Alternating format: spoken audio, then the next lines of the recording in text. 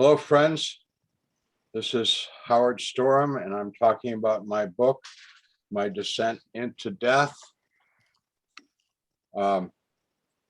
which is available through Amazon or through a bookstore if you order it.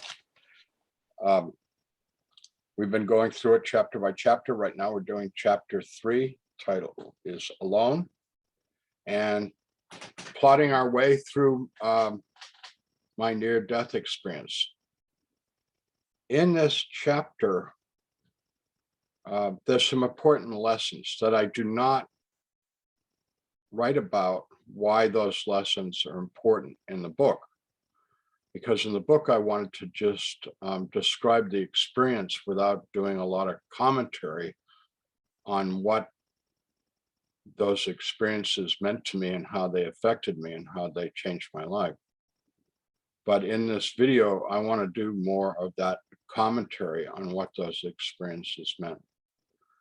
In our last video, chapter 2, I went into chapter 3 a little bit, where these tormentors, for lack of a better term, had torn me apart and left me in a heap on the ground of that place, and were no longer finding me of much interest.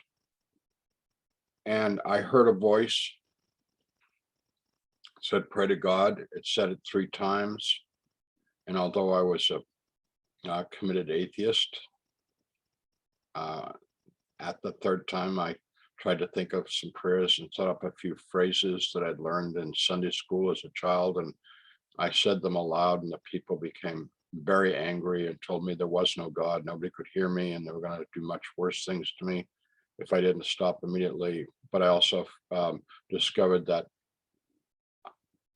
whatever I mentioned God repelled them so much that they were retreating back in the darkness. And then I found myself all alone in that place, and I had no sense of them being anywhere around me. This is really hard for people to describe who've had near-death experiences, but they all talk about it. From my experience, they'll talk about it, and I talk about it, and there's no time there. Actually, it's just the opposite. All time is there. We think of time in a linear way, and the smallest amount of time is a moment. And we think of those moments lining up. And so we have moments that kind of fade back into the past, and we have the moment, the singular moment of the present. And then we have moments that we anticipate of the future. We don't know what's going to happen in the future, but we have a pretty good idea, sometimes better than others, about what is going to happen in the future. Like, for example, obvious example, you're driving in the car. This happened to me yesterday, and a sports car, I was going about 75 miles an hour in my pickup truck, and a sports car passed me on the right in very heavy traffic, going something close to 100 miles an hour, weaving in and out of the traffic and cutting me off as it passed me on the right, and then cut in front of me into my lane, and then over into the passing lane, because in this heavy traffic, he didn't have any clear lanes, so he was just weaving in and out, going 100 miles an hour, going 20, 30 miles an hour faster than everybody else. Hello, really dangerous. Got my adrenaline pumping real quick, like, of course, I did the only prudent thing to do. I tried to slow down a little bit to get as much space between him and me as he cut me off, and off he went on his merry way. I didn't really go there, but sometimes when those things happen, I go into this immediate thing. I wish I had a rocket propelled grenade launcher or something, to teach the guy an important lesson in driving courtesy. But I didn't happen to go there, and I just wanted to get away from him as much as possible. But fortunately, he did me the favor of he disappeared in the traffic really quickly. He was out of sight in a minute. Just weaving in and out. Um, so you don't know, the future. We think we do. I go through stuff all the time that catches me sideways. You know what I mean by that? It's like, what? Seriously? Stuff happens to me that like freaks me out, turns my life upside down. I never anticipated it happening, and it happens, and I'm like, got to deal with this. And that's what everybody's life is like that. So the future is not real. We just imagine the future and then deal with it as it comes along. The past isn't real, because if you're objective about your past, we distort it through our emotions. Like, for example, we always see ourselves as the victim in the past, and we have a tendency to not take much responsibility for what we did in our actions, in our relationships with people and things.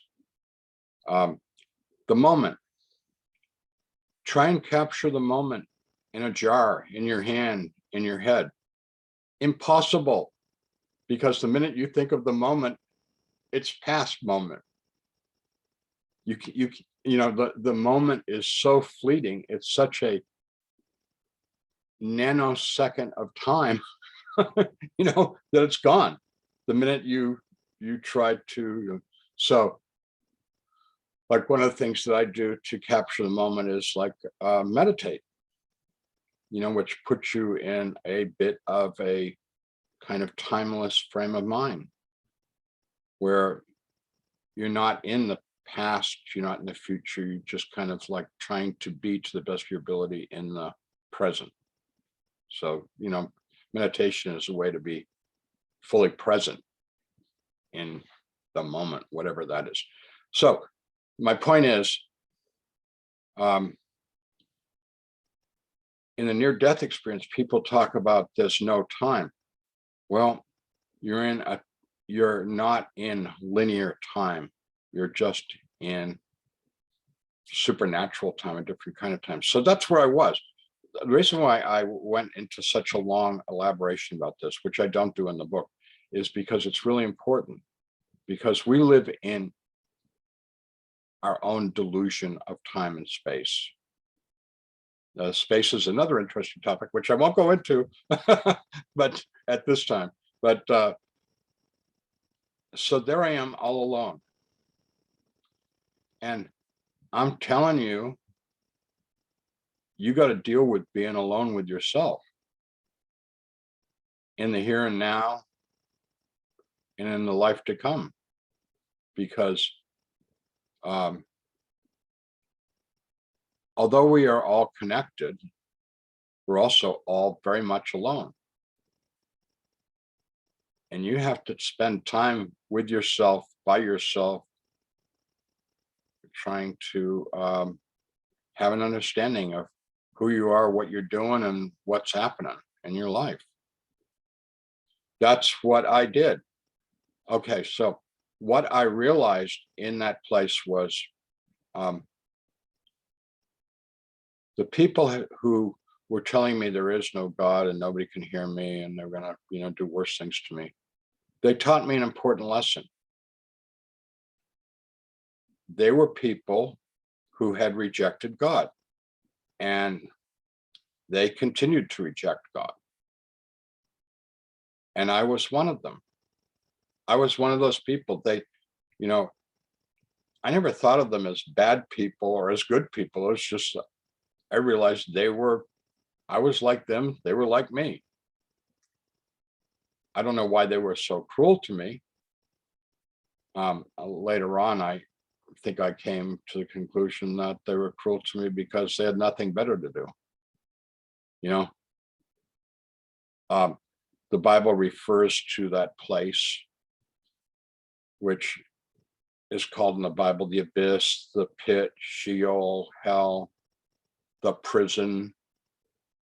It has a lot of names for that place, but this is like not heaven, okay? If you want to call it, this is not heaven. This is the other place, the alternative to heaven. And it's awful. And that's where you spend a lot of time in abject darkness and aloneness and in torment. And I want people to know, because I knew this then and I know it now, that real torment, the greatest torment, is emotional and psychological, not physical.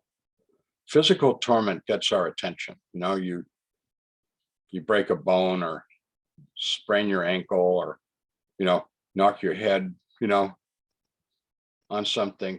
And it's like your body's going like, sending off all these alarms that are just quite overwhelming. They totally get your attention, like, yeah, I've been hurt. What do I do?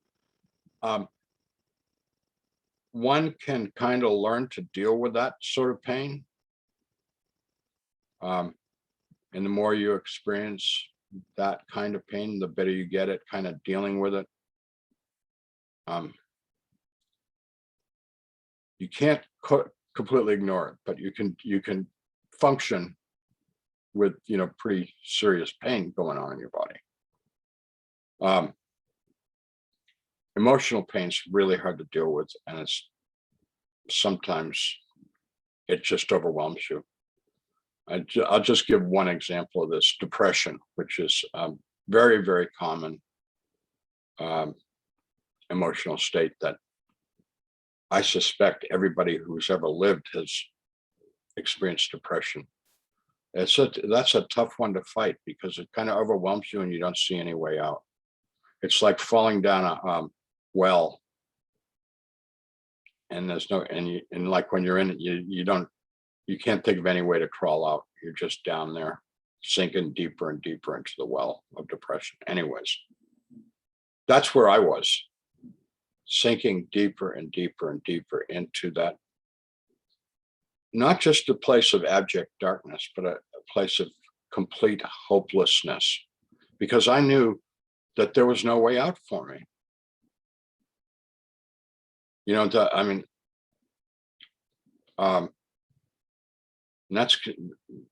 That's where I want to make this really clear, because this is kind of like the point of the book, because obviously here I am and I've got to change life, and I want to talk about the way out of that pit of despair, of complete hopelessness. But I want to go into what I did down there. So what I did was I went over my life, and I thought about my youth and what became my deteriorating relationship with my father, which my father was extremely abusive, emotionally, verbally, and physically. Most of the time, not all the time, but most of the time. And I thought, okay, that was a disaster. My relationship with my father was a complete failure. Because of that was a big hindrance to my relationship with my mother, because my mother was a very kind, sweet, loving person, but it was hard to have much of a relationship with her because she lived with my father, and my father totally dominated her. And like, as an adult, when I would go home to visit my parents, he would completely dominate everything, and I got almost little or no time to spend with my mother, because he was always wanting to dominate everything. I thought about my relationship with my sisters, and it was kind of okay, sometimes rocky. I thought about my relationship with my wife, not good. I thought about my relationship with my son and daughter, and I realized that in many, many ways I had failed in that relationship, because I was so self-absorbed, so egotistical that I just couldn't afford a lot of time to spend with them because what I had to do was much too important and I was way too busy.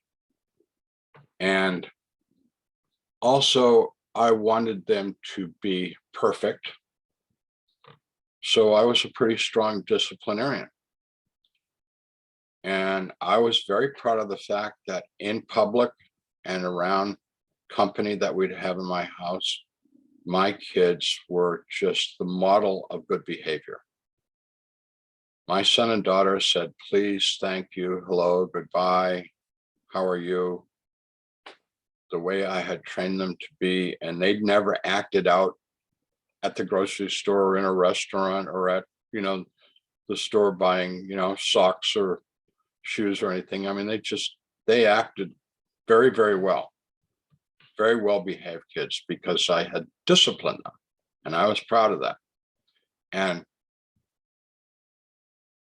I'm thinking in this place of hopelessness, I had not loved them enough and had treated my kids more like possessions that I wanted to perform properly for me. So like it was more about my ego and less about them needing love and affirmation, and that sort of thing, which is what kids really need. I thought about my relationship with my friends. Now, my friends were all drinking buddies. We all drank a lot.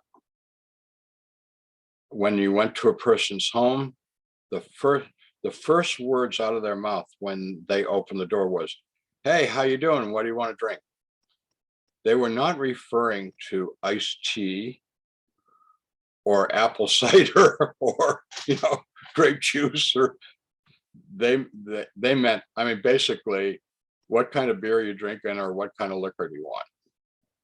That was my world. Now my friends were all college professors. They all I'm talking about when I was at the university.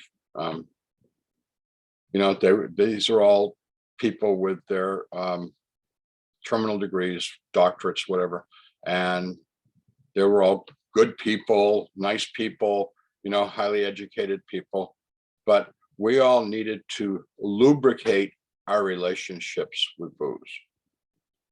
And I personally, and I think I can speak for all of them, weren't just really comfortable around people until you'd had a few drinks.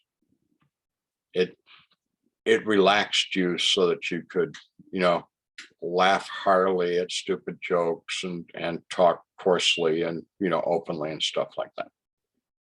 So I thought about my friends and thought, are they really friends, or are they people that just basically supported my ego? I thought about my students. I liked my students, but a lot of times I thought of them as kind of a pain in the ass, especially when they wanted to see me privately and talk about their lives. And it's like, I remember students coming to my office like after class or on my hours when I had office hours and wasn't teaching, and going on and on and on about their lives, and me sitting there, nodding and acting like I was paying attention and listening and stuff like that, and thinking, they aren't paying me to do this. I don't get paid enough to listen to their lives and be their, counselor. But I would, give them some platitudes and they would leave. And I'm quite sure that they did not leave my office feeling very satisfied. Yeah, they'd spent a half an hour unloading their personal lives on me. Since these were college students, a lot of it had to do with boyfriends and girlfriends and dating and parents being mad at them, whatever, living at home. I mean, all the stuff that they're going through. And I'm like, I mean, I'm trying to act like I care, but I didn't care. And I thought, did I really help them at all? And I think, no, I was just playing them, just playing them. Like I was very successful at the university because I hung out with all the big administrators. Like, I mean, I went to parties at the home of the president, the vice president, the dean, da da da da da, and went out to lunch with them, and you know, stuff like that. I mean, I was very successful schmoozing the people up above me, and thus I was relatively successful. Promotions, raises, getting my way at the university. Uh, they kind of liked having a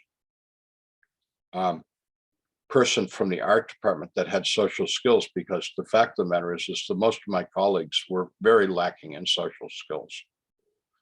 They were art types.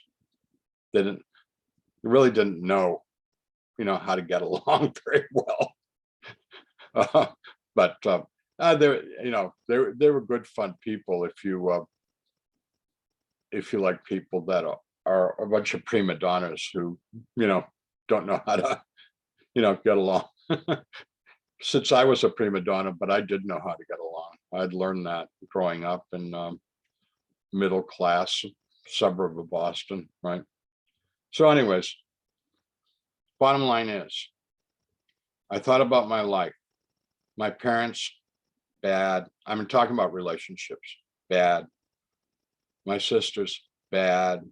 My kids, my wife, bad. My friends, bad. My life as a teacher working with students, bad. And then the biggie is like my whole ambition was to be a famous artist, to exhibit my work, get it well known, sell it, get people to write big reviews about me in the newspapers, ultimately get, a book of my artwork published and stuff like that. And I'm a little fish in a little pond called Kentucky, and like, so what? I mean, in Kentucky, I'd won awards and some honors and prizes and stuff like that, but it's like, this is not the big leagues. It's not even a farm team. It's like, it's like little, I mean, being something in Kentucky in terms of the big art world, I'm talking about New York, Paris, London, Los Angeles, Tokyo. I don't exist. I'm a nothing in the real art world. And I was very aware of that. And there was no prospect of that happening, you know? And so the bottom line was, as an artist, I'm thinking, okay, basically I'm a failure. I'm a big failure. 38 years old, I'm a failure. And no prospects in sight for being anything more than just a big failure. So what that I'm a big deal in Kentucky? Who cares? Nobody. So I'm thinking about my life, and like, the bottom line is, why was I born? I had spent my life, I came to realize in that place, I spent my life fooling myself into thinking that I was something big and important and destined for great things. And in fact, I was just a mediocre schmuck, like all the other mediocre schmucks in the world, no better and no worse. Yet I had lived my whole adult life thinking that I was somehow special and superior and better and destined for great things. I realized that I had totally deluded myself with these illusions of grandeur. Very, very depressing, because, okay, my life was a big failure that I had covered up with these delusions of grandeur. Why was I born? Why did I exist in the first place? And you know what? I couldn't think of any reason why. Why had I gone through all this? And then to end up in the sewer, you know? I mean, that the outcome of my life at 38 was to end up in this black hole, you know? Um, I saw no possible way out of this. So if you were to ask me, and I've been asked this, like, what would you describe the chief thing about hell,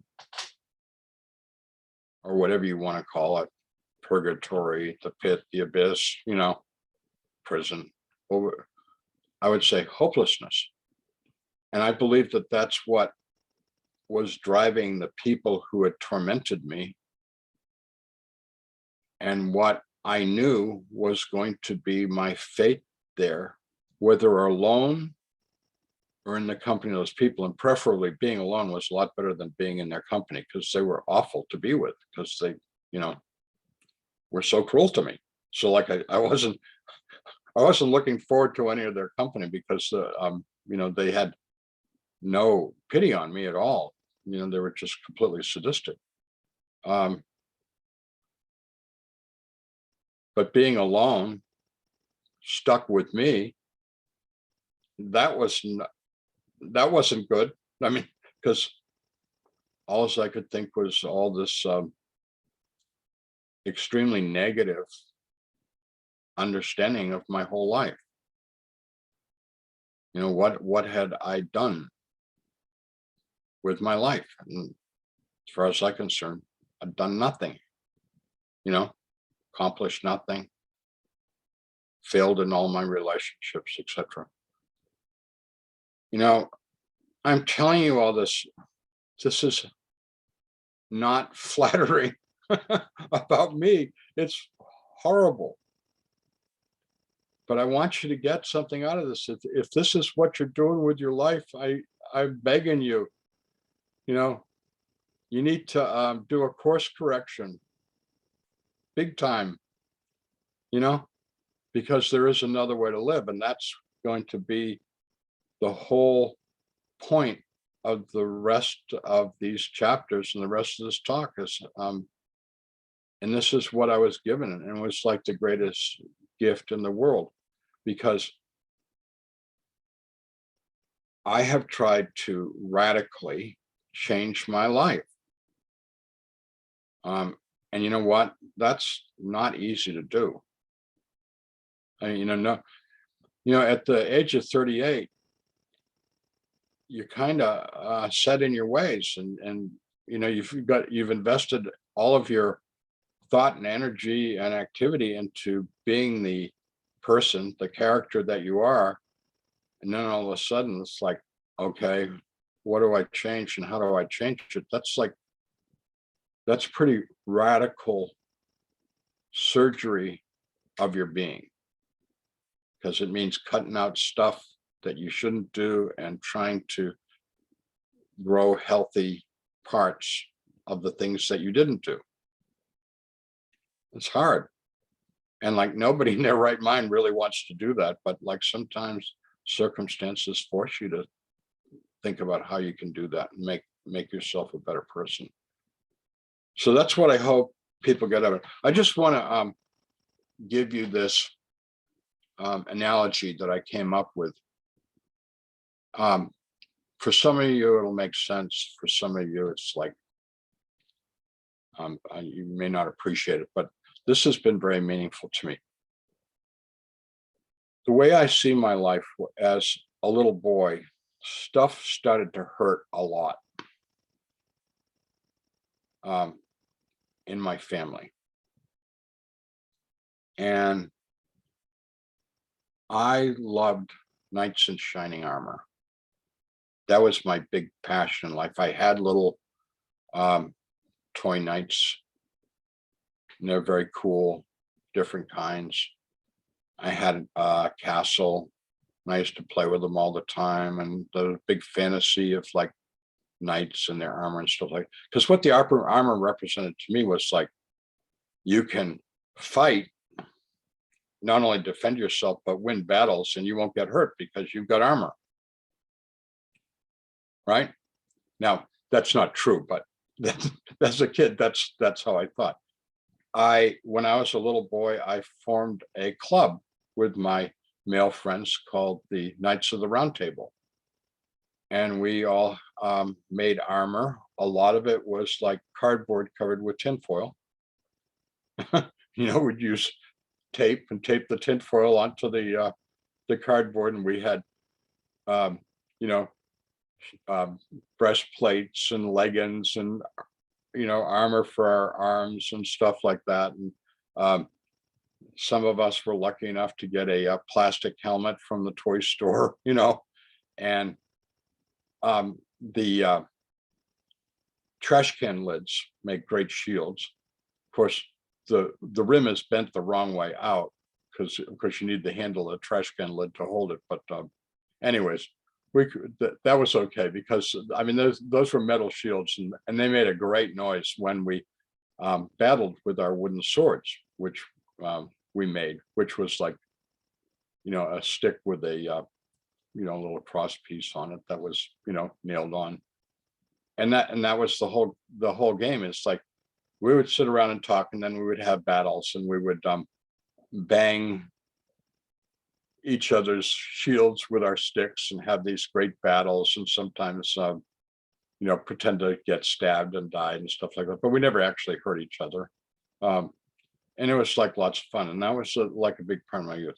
So anyways, the way I see my life was I never outgrew that.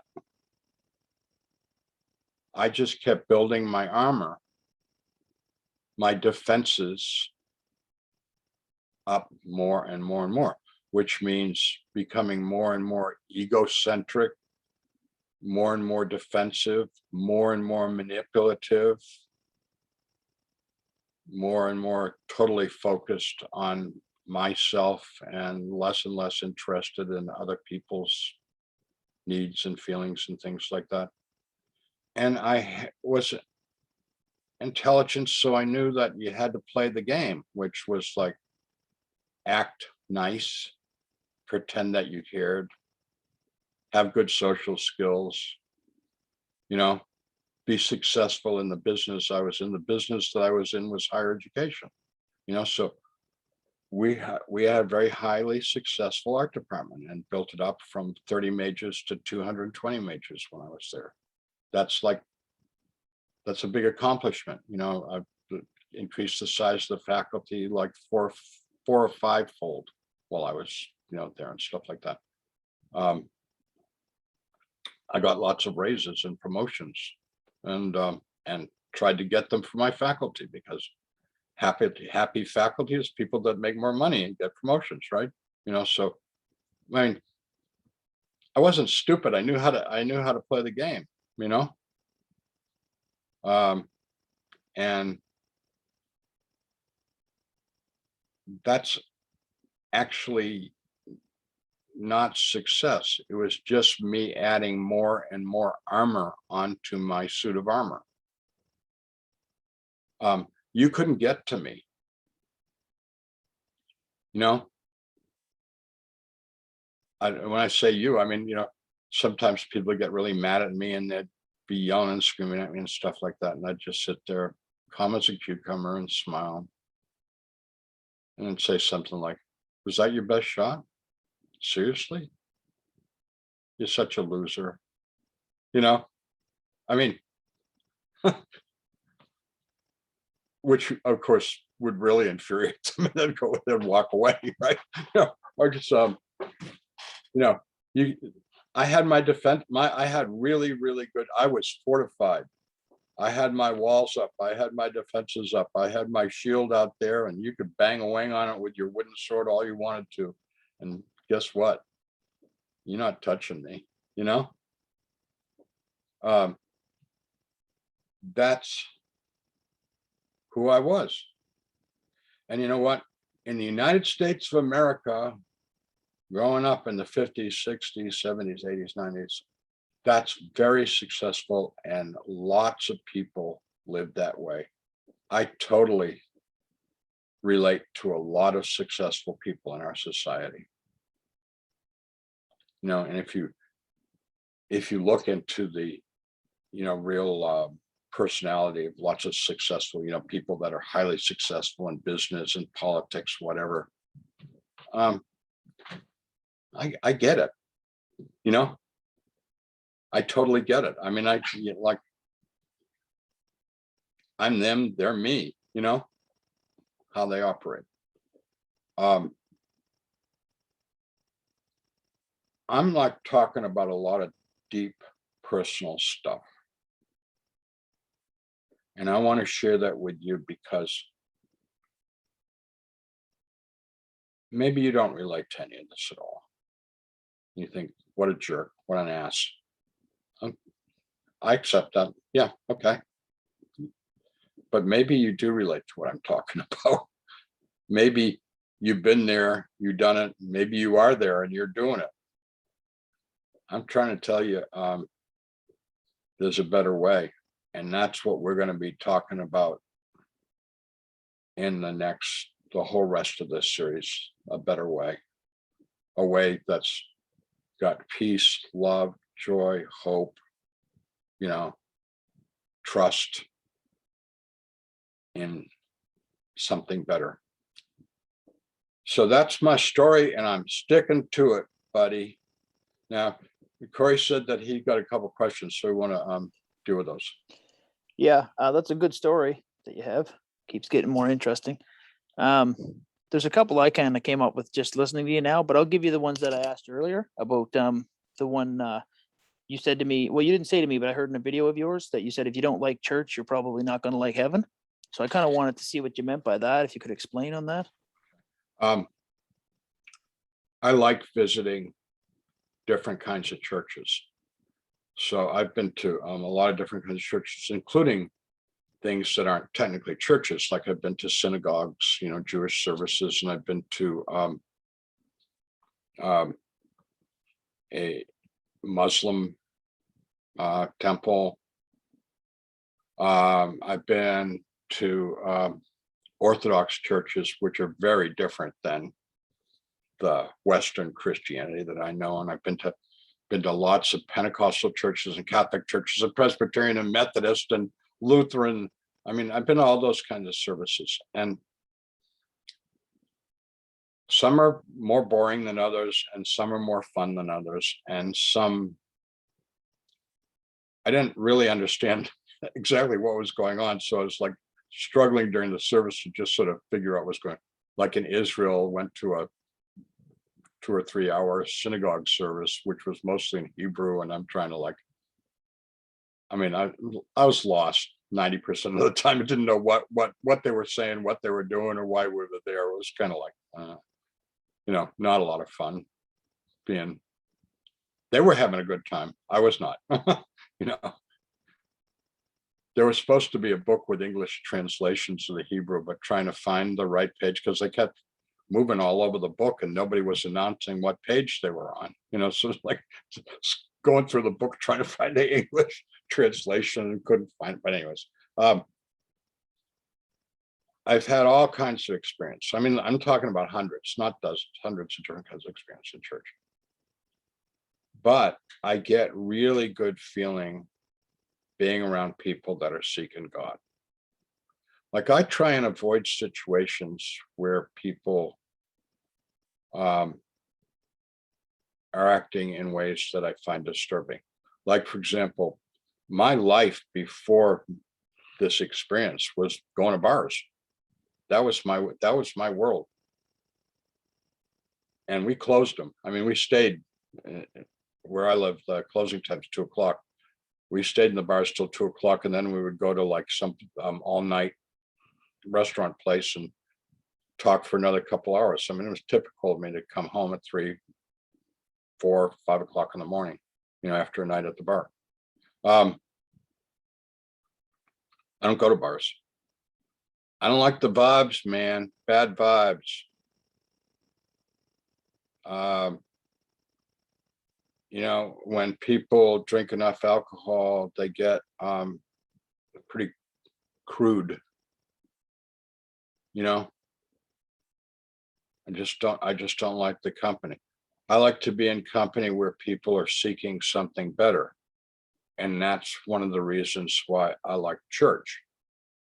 Another reason why I like church, I find it meaningful, is that most church, most worship experiences that I've been in include music. And I think music is really, really important spiritually. Now, once again, I have a kind of specific taste in music. I like music that lifts me up, and I don't like music that tears me down. So, like, I don't like heavy metal music because I find it, you know, I just don't like the vibes I get from it. I like music that the beautiful. Like, when it comes to music, I like bluegrass music, which is old time Appalachian mountain music. It's real sincere. It's real sweet. It's like talks about life. I like classical music. I love Bach. I like Johann Sebastian Bach. I mean, he just flips me out. I mean, when I listen to him, I don't know what I'm thinking of. I'm not thinking. I just get elevated, go to another place. I love Mozart, I love Beethoven. I love, Haydn and Brahms, et cetera, et cetera. Anyways, I like old timey hymns. I like some contemporary stuff, some I don't. Anyways, the point is that I can find the music to be very, very inspiring, and it takes me to a beautiful place. When at church, the pastor or the liturgist reads the Bible or the prayers, I repeat every word that they say in my head.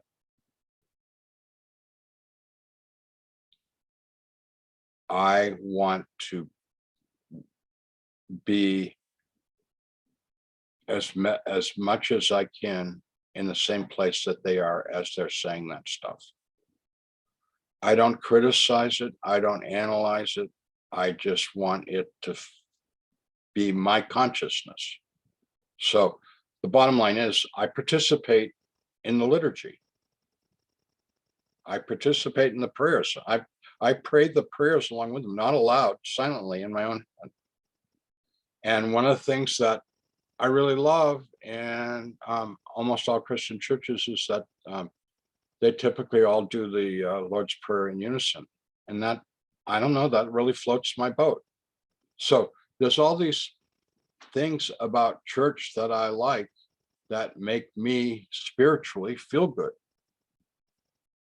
The point of church is people worshiping God in harmony to the best of our feeble little human ability to do it.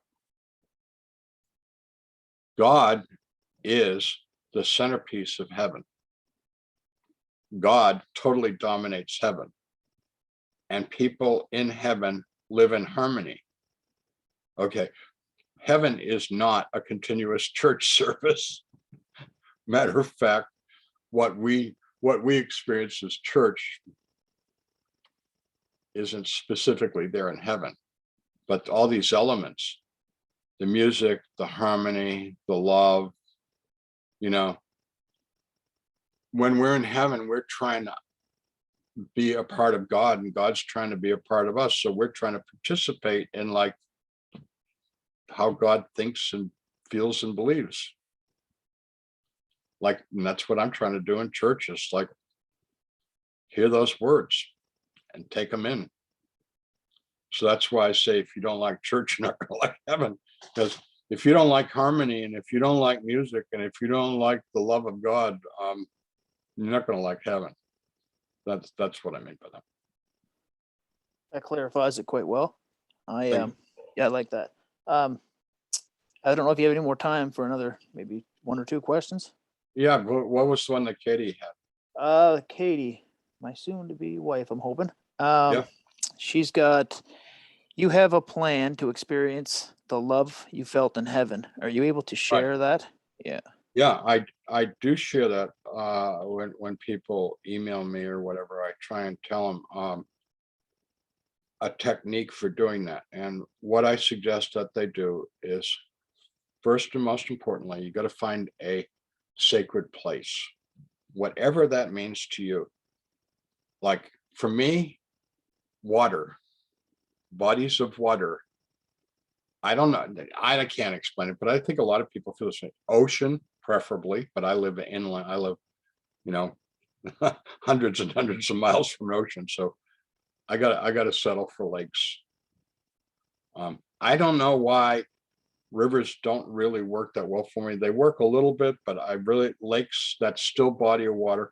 And what gets me, and I'm just talking about me, this isn't for everyone, is like the reflection of the sky and the trees and everything on the surface of the water. I'm not looking into the lake. I'm not looking for bass fish or crappie or I'm not looking into the lake. I'm looking at the light playing on the surface of the lake, because it's, of course, it's depending upon how much wind there is, it's mirroring the sky. And it's beautiful, and it shimmers and changes and stuff like that. And I look at that and I sit there, and it really gets me quieted down on the inside. Okay, so you got to find a holy place. So if it's the woods, if it's a church, if it's a lake, if it's the ocean, you know, if it's a desert, if it's a mountaintop, whatever floats your boat, go there. Get away from people. Really important. Be alone with yourself. I kind of touched on this a little bit earlier about the importance of being alone with yourself. And go over your life. What's good, what's bad. And be aware that as you go over your life, you're telling God, this is your confession. It's called confession. You're telling God what you think and what you feel. And don't avoid the negative stuff, because God already knows all the negative stuff. We call it confessing your sins. Well, sins might be a word that scares some people or turns them off. So I'm going to kind of avoid that word. Just tell the truth. Lay all your cards face up on the table. It's good for you, and it's good for your relationship with God. Then think about the things that you might want to try and change, whether you think you can change them or not. Like maybe you got a drug or an alcohol problem. Well, you probably can't do much about it, but with the help of God, with a program, you can do something about it. I knew a guy who was a very, I heard him talk, and he was a real heavy drug user, oxycodone, super strong addict, stealing, robbing from his family and alienating everybody, living a totally criminal life. And I won't go into his whole story, but one day he decided to stop, and he stopped. He just stopped. I mean, that's pretty rare. Most people need a lot of help. But anyways, he became, after that, he became a leader of a NA group, Narcotics Anonymous group, which is 12-step, same as a AA group, using the same 12 steps. But anyways,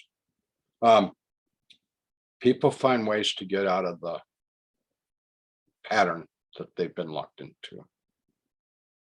And that's what you want to tell God, like, how can I change? What can I do differently? And stuff like that. You're not there to get the answer to that question. Well, you're going to get the answer to the question, but like, now the next step, if that takes you 3 or 4 or 5 hours to do that, it's worth the investment of time. People say, well, I asked God and like I didn't get an answer. And they're like, well, how much time did you spend? Like, oh, 5 minutes. I'm like, okay, that was a waste of 5 minutes. I mean, you got to give this some time. You got to get down, baby. You got to get down, right down to the core of your being, to the best of your ability. And then when you do that, say to God, I don't ask for anything. all I want is your love. I just want your love. I'm not asking for anything but that. I just want to know that you're there and that you love me. Now, you need to stay in that place, focused on that for a while. And in meditation, they have this term called the monkey mind. Your mind's always trying to distract you, and you're always thinking about, like, oh, what am I going to have for dinner? And, do I need to stop and get gas on the way home? And, like, my feet are cold, look at that tree branch, looks like it's about to break, whatever. I mean, the monkey mind, it's distractions. So one of the ways that you fight the monkey mind is have something to focus on. So I suggest to people, because we all suffer with the monkey mind, everybody does, bring something to focus on. Like, for example, if you're in a indoor place or windless place, take a candle and light a candle and just focus on the candle. If you're outdoors, pick a spot in the sky, in the trees, in the lake, in the water, and just focus on that. I tell people all the time, bring a cross and focus on the cross. The cross is an interesting symbol because it represents the vertical part is us reaching up to God and God reaching down to us. That's the vertical meaning of the cross. And the horizontal bar of the cross represents us reaching out to everybody in the world, to our brothers and sisters. Because we all ultimately are totally dependent on each other, and part of our aloneness is trying to understand how really dependent we are on each other and how much we need each other and how we're supposed to really live in loving relationship with each other, not an exploitative or dominating relationship with each other. So I like the cross as a symbol, and also the cross represents the sacrifice of Jesus Christ, that God so loved the world that he only gave his only begotten son, so that whoever believes in him shall have eternal life. John 3:16. The cross represents the cross represents the very core of the Christian message, is that God loves us so much. God is willing to suffer and die for us. Wow. And God forgives us. I mean, wrap your mind around that. And if you really think about that, you cannot stand up. It's going to knock you down on your knees if you really think about it, because it's very, very heavy, So just to summarize, find a holy place. Go there and get still. Go over your life. Make an honest inventory of your life. Tell God you want to make changes, but don't go into that's going to come later. Because the first thing you need the fuel to make those changes, and the fuel is what you're going to ask for next, was I need to know that you're with me and that you love me. And when you get that, and you will get it, if you give it the time and the energy, you're going to get it. Then you're ready, bit by bit, speck by speck, moment by moment, day by day, to make those changes that are going to change your life. Because what's going to happen is that you're going to have a relationship with the Spirit of God in your life.